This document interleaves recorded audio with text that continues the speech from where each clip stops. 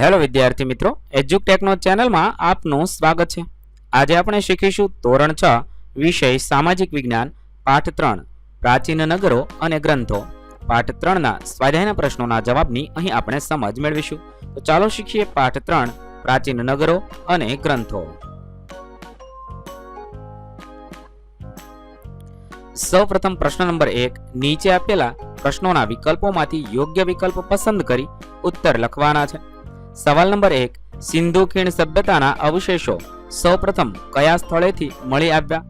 તેના જવાબ માટે 4 ઓપ્શન છે: હડપ્પા, લોથલ, મોહેન્જો-દડો કે કાલીબંગાન। સાચો જવાબ થશે એ, હડપ્પામાંથી મળી આવ્યા હતા।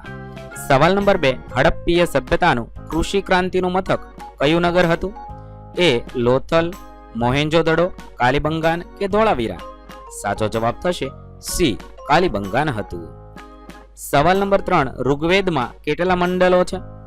12, 15, 10 કે 4? સાચો જવાબ થશે સી, 10 મંડલ આવેલા છે। ત્યારબાદ પ્રશ્ન નંબર 2, ટૂંકમાં ઉત્તર આપો।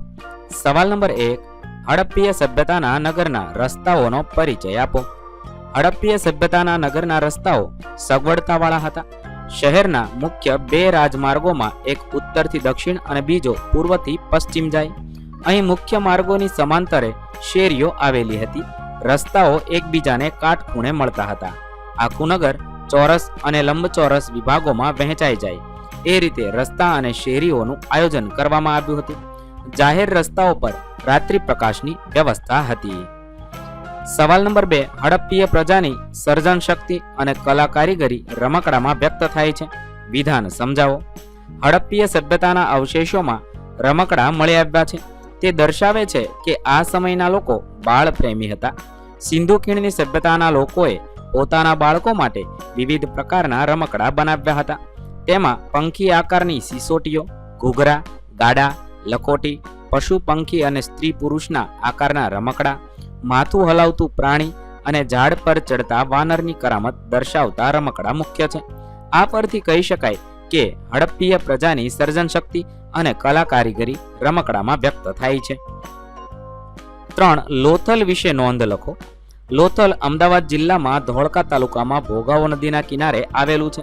પ્રાચીન સમયમાં એક વેપારી બંદર તરીકે ઔદ્યોગિક નગર હતું। અહીંથી એક માળખું મળી આવ્યું છે।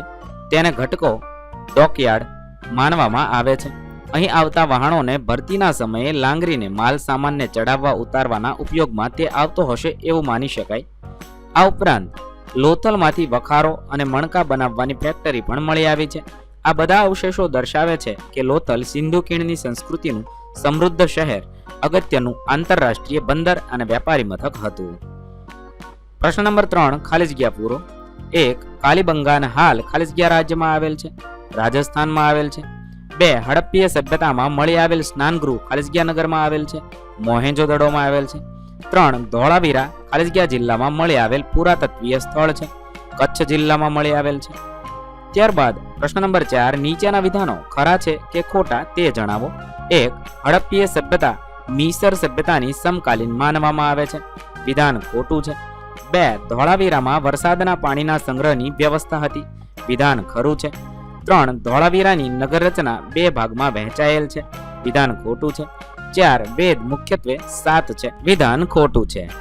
અહીં આપણા પાઠ 3 ના પ્રશ્નોના જવાબ પૂર્ણ થાય છે। વિદ્યાર્થી મિત્રો, ધોરણ 6 ની સામાજિક વિજ્ઞાન વિષયના તમામ પાઠના સ્વાધ્યાયના પ્રશ્નના વિડીયો આપણી ચેનલ પર ઉપલબ્ધ છે, જે તમે ધોરણ 6 સામાજિક વિજ્ઞાન સ્વાધ્યાય નામના પ્લેલિસ્ટમાંથી મેળવી શકો છો। પ્લેલિસ્ટની લિંક વિડીયોના ડિસ્ક્રિપ્શનમાં આપેલી છે, તથા જો તમારે આપેલા વિડીયોની પીડીએફની જરૂર હોય તો તે તમે વિડીયોના ડિસ્ક્રિપ્શનમાં આપેલી એપ્લિકેશનની લિંક પરથી મેળવી શકો છો।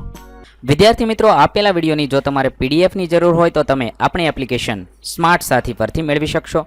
વિદ્યાર્થી મિત્રો, આપણી એપ્લિકેશન સ્માર્ટ સાથી પ્લે સ્ટોરમાં આવી ગઈ છે, જેની અંદર તમે બધા વિભાગ જોઈ શકો છો। તેની અંદર વિવિધ ધોરણ છે। ધોરણ ઉપર ક્લિક કરતા વિવિધ વિષય ખુલશે। વિષય ઉપર ક્લિક કરતા તેની અંદર આવતા પાઠ ખુલશે। તેની અંદરથી તમે પાઠ્યપુસ્તક પણ ડાઉનલોડ કરી શકો છો।